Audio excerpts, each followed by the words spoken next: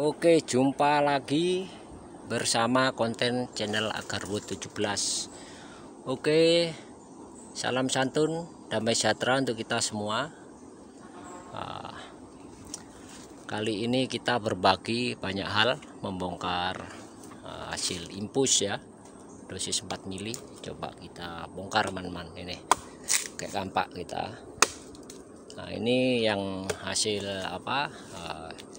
Takuk-takuan. Nah, itu teman-teman, besinya sudah nampak. Nah, itu ya, garu besi.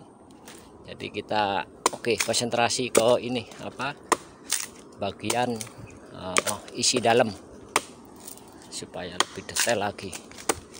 Nah, ini takuan seperti yang ada di Kalimantan kemarin, bintang arah kayak gini diambilin ya takuan. Nah, ini garunya sudah nampak sekali besinya yang diambili. Hati-hati teman-teman, punya kebunnya diawasin, karena banyak hal yang ingin saya sampaikan sebenarnya mengenai resiko-resiko ketika kita menanam gaharu ya, yang disarankan oleh pihak BKSDA, juga pertanian, oleh mereka seorang yang punya otoritas di bagian konservasi sumber daya alam ya. Nah, ini garu. Jadi saya mau bongkar isi dalamnya. Hasil proses dari 8 bulan ini teman-teman. Bongkar 8 bulan. Kita bongkar isi dalamnya. Nah, ini udah garu. Coba saya carving teman-teman. Semoga jadi inspirasi dan pengetahuan ya.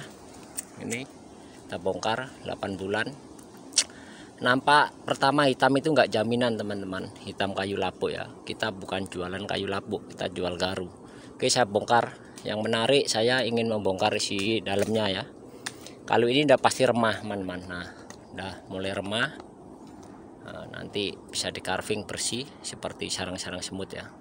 Jadi ini teman-teman, nah, udah jelas ya. Ini kas lubangnya. Nah, pernah kita cek. Nah, kita cek, nampak luarnya itu kecil teman-teman ya, kecil. Tapi di baliknya itu, nah, sangat panjang sekali. Ini sampai ke bawah. Nah, ini baru 8 bulan teman-teman, sampai ke atas. Ini ke atas. Ini juga lubang lagi ya. Ini lubang lagi. Ini coba saya bongkar. Nah, sampai bawah sini. Ini sudah sangat panjang sekali. Nah, itu jengkal, mau 2 jengkal.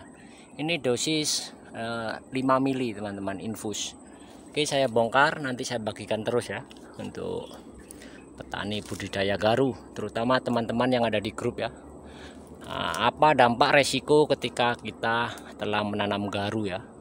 Menurut Undang-Undang BKSDA tentang konservasi sumber daya alam, satwa, tumbuhan, dan hewan. Ini membahas masalah tumbuhan. Nanti saya bahas secara datanya.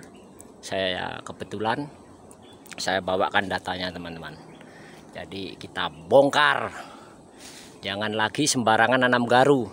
Nah, justru kita akan mendapat banyak kesulitan ketika sudah membudidaya garu, karena izinnya itu ternyata sangat-sangat rumit. Belum tentu kita akan diakui ketika sudah menanam garu, meskipun di tanah sendiri dan status tanahnya bersertifikat ya, karena banyak pasal-pasal undang-undang yang dikenakan membuat petani lemah dan tidak kunjung mendapatkan nilai ekonomi tinggi. Yang dulu pernah disampaikan menanam tanaman garu, budidaya garu, prospek dan menjadi usaha jangka panjang, itu payah, kacau. Nggak semuanya petani mampu untuk memiliki surat izin edar. Nah, karena di situ. Oke, saya bongkar dulu, nanti data saya bahas teman-teman. Hari ini teman-teman. Nah, itu jengkal ke atas, ke bawah, 1 jengkal ke atas. Ini lubang ini 2 jengkal ke bawah. Nah, ini si dalam ya. Ini si dalam. Ini sudah dalam sekali saya carving. Nah, itu dari dalam menjalar kemari. Nah, bukan lempeng-lempeng seperti potongan tempe, karakter cara kerja organik PPGG ini teman-teman. Nah, ini melengkung-melengkung, kelok-kelok. Posisi agak hujan, nah, nggak apa-apa, nanti saya carving pakai carving yang lebih halus ya. Nah, ini lubangnya dalam. Ini di posisi 18 bulan, dalam udah remah teman-teman. 2 tahun udah pasti karakternya bagus, bukan lempeng. Jadi berbentuk seperti tombak-tombak panjang-panjang, bengkok-bengkok mengikuti alur daripada kayu tersebut, karakter daripada BPGG. Jadi petani budidaya yang sudah terverifikasi dan terbantu oleh organik BPGG terus semangat dan semangat. Oke, saya lanjut lagi carvingnya. Nah, jadi ini teman-teman, nah udah mulai nampak ya.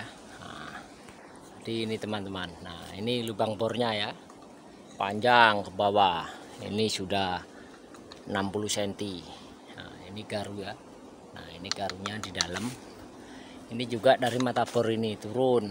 Nah, ini sampai panjang kemari. Nah, putus. Nah, ini mata bor sini ini naik. Naik ini ke bawah. Ini masih panjang lagi. Nah, ini isi dalam teman-teman ya. Bongkar isi dalam daripada perlakuan 8 bulan. Tinggal nunggu remahnya yang kita panen garu, bukan kayu ya. Jelas sekali ya. Nah, ini di dalam. Jaringan nggak putus teman-teman, dengan dosis 4 mili atau 5 mili. Sangat mantap sekali ini. Nah, pohon kecil, nah cuma segini teman-teman. Jadi posisi hujan teman-teman. Jadi hukum-hukum mengenai menanam garu itu seperti ini. Dari Kementerian Kehutanan, ketika kita menanam ya, menanam seperti ini, suatu saat kita akan susah dengan aturan-aturan ini. Padahal mereka sendiri yang anjurkan tanam ya. Nah, nanti semua petani dituntut harus gini. Persyaratan OSS. Nah, permohonan merupakan dan dari perusahaan atau CV untuk membuat namanya SADN supaya kita bisa menjual hasil panen. Nah, itu teman-teman. Banyak sekali. Nah, aturan-aturan ini. Ini resmi ya, aturan ini. Bukan asal-asalan. Ini mereka yang keluarkan sendiri. Bahkan dari teman-teman kita yang sudah coba meminta bahwa pengakuan dari Balai BKSDA supaya mengakui bahwa mereka budidaya ya seperti yang mereka anjurkan. Nah, ini banyak sekali teman-teman, semuanya serba BAP. Nah, ini bukan omong kosong, data dari mereka teman-teman, dan omong kosong. Jadi data yang valid.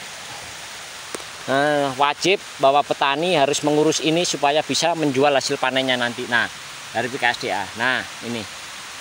Nah, Jakarta 2014, bukan sampai ini aja, sampai detik ini berlaku teman-teman, pasal-pasal ini.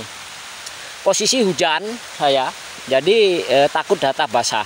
Padahal budidaya ya, ini data saya dari tahun 2021 sangat banyak sekali dari berbagai provinsi.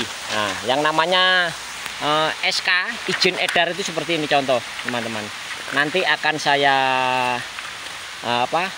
publikan juga masalah yang lain-lain ya. Ini pembayaran kita.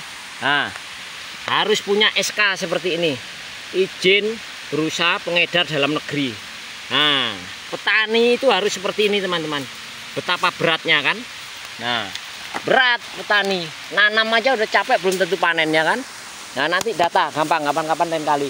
Yang penting yang seru ini. Nah, hasil yang akan kita peroleh nantinya. Namun kita harus memikirkan bagaimana regulasi kebijakan yang tepat kepada petani ketika telah membudidaya garu di kebun sendiri, hasil panen sendiri. Itu. Ini yang harus jadi PR bagi BKSDA. Dikeluarkan undang-undang yang lebih tepat lagi ketika mereka memanen hasil budidaya. Ini hujan teman-teman, udah ketetesan air, basah semua saya. Jadi nanti lain kali saya sambung lagi ya. Semoga terinspirasi dan semangat. Saya mau meneruskan lagi. Nah, kalau nggak kita tebang aja kayak gini daripada kita susah juga panen kan. Udah capek-capek pelihara, capek proses, mengeluarkan tenaga dan biaya. Ketika sudah panen kita itu terancam teman-teman. Tanaman dilindungi yang padahal bisa kita tanam, kita budidaya. Banyak petani yang frustasi udah nebang ribuan. Kalau di total udah jutaan yang ditebang. Karena ini tadi, untuk panen aja belum tentu dapat mereka. Ketika sudah panen, nah banyaknya aturan seperti ini. Contoh kemarin di BKSDA Kalimantan ya, teman kita udah minta pengakuan dari mereka bahwa mereka ini telah budidaya hasil daripada proses budidaya supaya kita bisa angkut. Nah, itu minta pengakuan saja sulit sekali teman-teman, harus pakai OSS. Ya ndak sanggup lah semua petani sampai ke OSS. Aduh, udah nanti kita bahas lain kali. Semoga bermanfaat dan terinspirasi teman kita semua ya. Itu hasil-hasil untuk dalam ya. Udah nampak itu hasil baru 8 bulan teman-teman.